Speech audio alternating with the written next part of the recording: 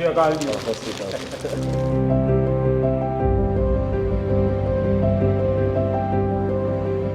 हिंदुस्तान के गांव का एक लड़का जब दुनिया में नाम रोशन करता है तो अच्छा लगता है। और आप तो नसीब वाले हो जी, आपके परिवार ने आपका नाम दिलजीत रखा तो आप जीतते ही जाते हो लोगों को।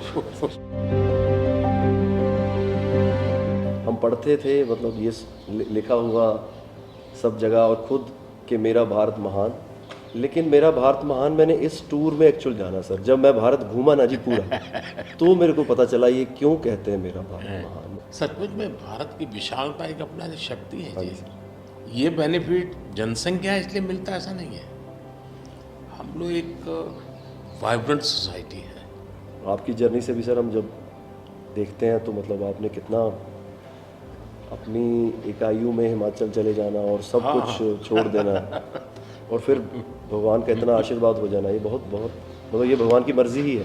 उसके बिना क्या होता है। हमारे देश में हर इंसान पौधे में भी परमात्मा देखता है। 100% देखते हैं, मतलब हम वेस्टेज नहीं करते हैं। हाँ, थ्रो अवे कल्चर वाले लोग नहीं है। रिसाइकल रीयूज अभी दुनिया में नाम आया है, हमारे तो ब्लड में है। हाँ जी। दुनिया को इसका पता नहीं है जी। कभी आप अपने कार्यक्रमों के द्वारा ये जरूर कर सकते हैं जी कि भारत के लोग पर्यावरण की रक्षा कैसे करते हैं। अब जैसे मैंने अभी ये कार्यक्रम चलाया, एक पेड़ माँ के नाम, अपनी माँ को याद करते हुए, माँ जिंदा है तो माँ को साथ ले जाओ और पेड़ लगाओ, माँ की जीवन स्मृति बन जाएगी वो।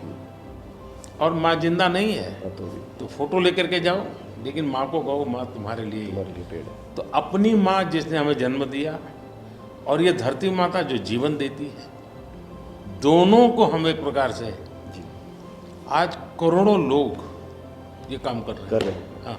भारत में सबसे बड़ा अगर कोई जादू जिसको कह लो तो वो योग है। और जिसने योगा को अनुभव किया है वो उसकी ताकत जानता है। हाँ जी। आपको ये बाहर जाते हैं तो अनुभव क्या आता है, संगीत के इतने बड़े समारोह में जाते हैं तो बाकी लोगों की भाषा, उनकी स्टाइल, नए इमोशंस होते हैं। जी जी सर, मेरे को लगता है सर जैसा उन्होंने बना दिया एक कोचेला को एक फेस्टिवल या और भी फेस्टिवल्स बड़े होते हैं, हम तो बहुत ज़्यादा बड़े कर सकते हैं यहाँ पे सर। और लोग दुनिया भर से ट्रैवल करते हैं ऐसे फेस्टिवल्स के लिए।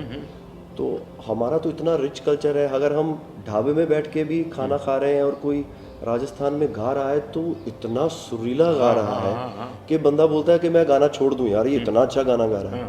और मैं प्रोफेशनली गाता हूँ, ये बंदा प्रोफेशनली गा भी नहीं रहा और मेरे से अच्छा गा रहा है। इतनी ज़्यादा उनके अंदर कला है। वो लोग बना के बैठ गए, और अगर हमारे इधर कोई ऐसा डेवलप होगा तो दुनिया भर से लोग, मेरे मन में एक कल्पना है, आ सकते हैं सर। मैं सोच रहा था कई वर्षों से, लेकिन अब वो मैं इसको कर रहा हूँ।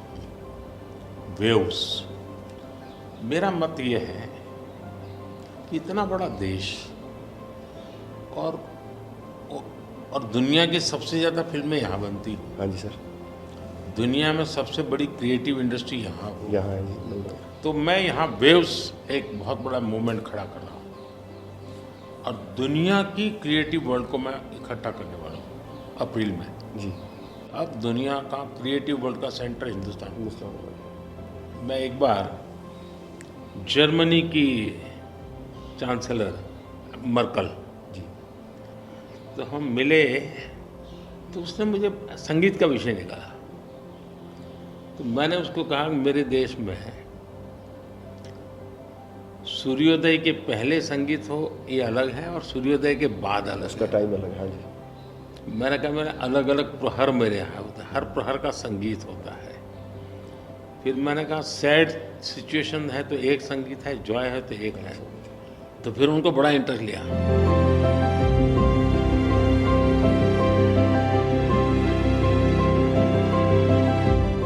मैं सचमुच में साहबजादों का जो बलिदान है जी सर, लेकिन सिख परंपरा ने उसको जिस प्रकार से निभाया है जी, अद्भुत है। मैं तो पंजाब में रहा हूँ तो मुझे मालूम है, माता गुजरी और 7 दिन तक लोग सोते नहीं और घर, सच्ची नीचे सच्ची सोते ज़मीन हैं। पे सोते हैं जी। हाँ जी, हाँ जी, मुझे खुद को बड़ा इमोशनल अपील करता था। हाँ जी, हाँ जी, तो फिर मैंने यहाँ आकर के 26 दिसंबर को हाँ जी, बाद में। वीर बाल दिवस मना था। हाँ जी, और मैं देश के हर बच्चा को चाहता हूँ कि वो समझे कि कैसे वीरता होती थी, जी सर, आस्था क्या होती थी। जी सर। कच्छ के अंदर लखपत में गुरुद्वारा है। 2001 में जब भूकंप आया तो उसको काफ़ी नुकसान हुआ गुरुद्वारा को। गुरु नानक देव जी वहाँ रहे थे तो मुझे बड़ी गहरी चोट पहुँची। तब तो मैं मुख्यमंत्री नहीं था, लेकिन मैं तब एक वॉलेंटियर के रूप में वहाँ कच्छ में काम करता था। अच्छा जी, भूकंप के 9 महीने के बाद मैं मुख्यमंत्री बना। जी सर। तो मैं कच्छ गया और मैंने पहला काम तय किया, मैं एक गुरुद्वारा को बनाऊंगा। बड़ी बात है। लेकिन मैंने दूसरा तय किया कि मैं वैसे ही बनाऊंगा जैसा उस समय बना था। तो ऐसे लोग कौन मिलेंगे, तो मैंने बहुत ढूंढा मिट्टी कहाँ से मिलेगी उस प्रकार की। जी, आखिर को मैंने राजस्थान से कलाकारों को लाया, आर्टिस्टों को, और उनके बाद जैसा था वैसा बनाया। ऐसा बन गया। तो मैंने आपका इंटरव्यू देखा था सर अभी हाल ही में, हाँ, उसमें जब आप अपने माँ और गंगा माँ की बात कर रहे थे, जब आप हाँ, इमोशनल हो गए सर, वो मुझे बहुत टच किया। मतलब वो एक हमारे लिए आप प्रधानमंत्री एक बहुत बड़ा पद है, तो हम शायद एक जो उसके पीछे एक माँ और बेटा और इंसान है, वो कई बार वो निकल जाता है, भूल जाता है, क्योंकि एक ओहदा बहुत बड़ा है। लेकिन वो जब आप अपने माँ को लेके और गंगा मैया को लेके, वो जो आपका वो दिल भरा, वो टच होता है सर, पता चलता है कि ये एक्चुअली ये दिल से बात निकली है, तभी दिल तक गई। सर ये हमने इंडिया की तरफ से ये पहला सबसे बिगेस्ट टूर हुआ है कि हमने जितने जितने देशों में शोज़ किए, पहली बार स्टेडियम शोज़ किए सर हमने। ये इस साल जैसे टूर कल्चर हमारे कम था हमारे। अहमदाबाद में कहाँ किया आपने? गिफ्ट सिटी में? हाँ जी, हाँ जी, हाँ अच्छा। जी, हाँ जी सर।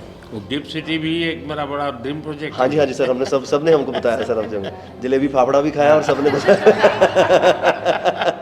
सबसे बड़ी बात है, मैं आपकी तारीफ करने के लिए नहीं कह रहा नहीं हूँ, नहीं सर, इस शोहरत को पहचाना। और मैं आपके व्यवहार से देखता हूँ, लोगों से सुनता हूँ कभी कभी, तो मुझे लगता है कि आपके माता पिता के संस्कार का हो या गुरु की कृपा का हो, आपने सारी चीज़ों को पचाया है, शुक्र। उछल नहीं पड़े।